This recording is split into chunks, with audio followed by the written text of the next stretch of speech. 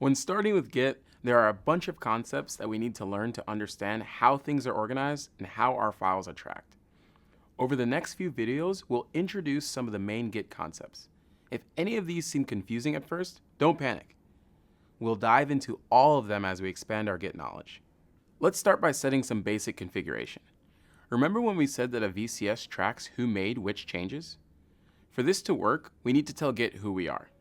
We can do this by using the git config command and then setting the values of user.email and user.name to our email and our name, like this.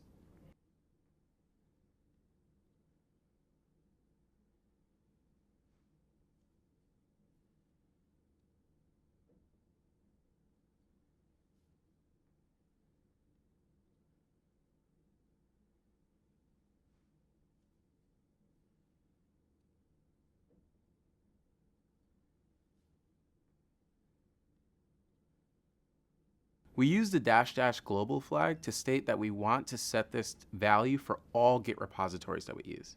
We could also set different values for different repositories. With that done, there are two ways to start working with a Git repository. We can create one from scratch using the git init command, or we can use the git clone command to make a copy of a repository that already exists somewhere else. We'll talk about remote repositories later in the course. For now, let's start by creating a new directory and then a Git repository inside that directory. So, when we run git init, we initialize an empty Git repository in the current directory. The message that we get mentions a directory called .git. We can check that this directory exists using the ls-la command, which lists files that start with a dot.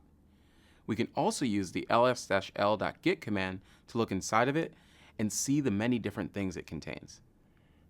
This is called a Git directory. You can think of it as a database for your Git project that stores the changes and the change history. We can see it contains a bunch of different files and directories. We won't touch any of these files directly. We'll always interact with them through Git commands. So whenever you clone a repository, this Git directory is copied to your computer. Whenever you run git init to create a new repository, like we just did, a new Git directory is initialized. The area outside of the Git directory is the working tree. The working tree is the current version of your project. You can think of it like a workbench or a sandbox where you perform all the modification you want to your files.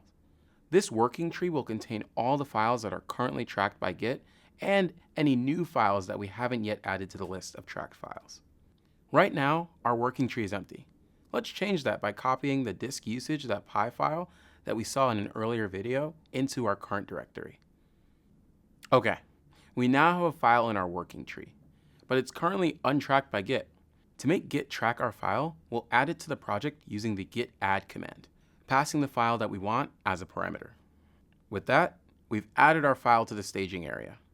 The staging area, which is also known as the index, is a file maintained by Git that contains all of the information about what files and changes are going to go into your next commit. We can use the git status command to get some information about the current working tree and pending changes. Let's check that one out. We see that our new file is marked to be committed. This means that our change is currently in the staging area. To get it committed into the Git directory, we run the git commit command. Let's try that now. When we run this command, we tell Git that we want to save our changes. It opens a text editor where we can enter a commit message. If you want, you can change the editor used to your preferred editor. In our case, this computer has Nano configured as the default editor.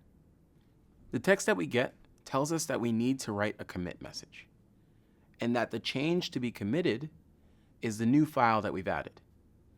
We'll deep dive into commit messages later. For now, let's enter a simple description of what we did, which was to add this one file, and then exit the editor, saving our commit message. And with that, we've created our first Git commit. Woohoo! Up next, we'll talk more about the life cycle of each track file in a Git repository.